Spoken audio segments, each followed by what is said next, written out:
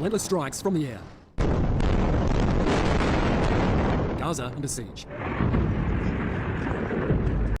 जय हिंद दोस्तों। 7 अक्टूबर को इजराइल के आसमान का नजारा कुछ ऐसा लग रहा था कि पबजी गेम चल रहा हो। हमास के लड़ाके पैराशूट से इजराइल का बॉर्डर क्रॉस करते हैं। इसी दिन सुबह करीब 6 बजे हमास इजराइल पर 20 मिनट में 5000 रॉकेट फायर करता है, जिसमें हजारों इजरायली जख्मी हुए और मारे गए। आखिर कौन है ये हमास जिसने इतना बड़ा हमला इजराइल पर किया और क्या है इसका मकसद? हमास को डिटेल में जानेंगे आज की इस वीडियो में। हमास को समझने के लिए थोड़ा सा इस मामले की जड़ को समझ लेते हैं, जिससे समझने में आसानी होगी आखिर हमास बनने के पीछे वजह क्या थी।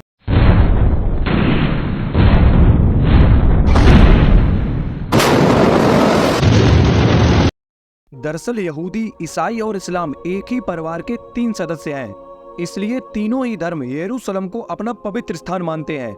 इजराइल और फिलिस्तीन दोनों ही यरूशलेम को अपनी राजधानी बताते हैं। 33 ईस्वी के करीब ईसा मसीह को सूली पर चढ़ाया गया। इसके लिए रोमन साम्राज्य और यहूदियों को जिम्मेदार माना गया। यहाँ से ज्यूस को निगेटिव व्यू से देखा जाने लगा। यहूदी रोमन युद्ध में इनका दूसरा मंदिर टेम्पल माउंट तोड़ दिया गया।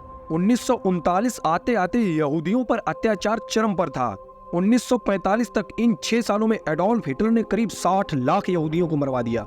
इस एट्रोसिटी को समझना है तो मैं आपको 2 मूवी हाईली रिकमेंड करूंगा, लाइफ इज ब्यूटीफुल और सैंडलर्स लिस्ट।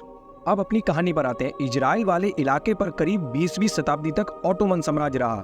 प्रथम विश्व युद्ध में तुर्की की हार के बाद इस इलाके में ब्रिटेन का कब्जा हो गया। अब सारा झगड़ा यहीं से शुरू होता है। 1948 को जब इस इलाके के स्वतंत्रता की घोषणा हुई, तब ब्रिटेन ने वही किया जो उसने भारत के साथ किया था, विभाजन। ये विभाजन ऐसा हुआ कि ये झगड़ा कभी खत्म ही नहीं हो सकता। इस फोटो में आप देख सकते हैं, ये फोटो कुछ पूर्वी पाकिस्तान और पश्चिमी पाकिस्तान की याद दिलाती है। यहाँ से इन दोनों देशों में झड़पें शुरू हो गईं। मिस्र और फिलिस्तीन ने मिलकर तेल अवीव और कई जगह हमले किए। इन्हीं झड़पों से 1987 में एक कट्टरपंथी संगठन निकल कर आया, हमास, हरकत अल मुकवामा अल इस्लामिया, जिसकी स्थापना लकवाग्रस्त शेख अहमद यासीन ने की थी। इसकी जड़ें मिस्र के संगठन मुस्लिम ब्रदरहुड से जुड़ी हुई हैं।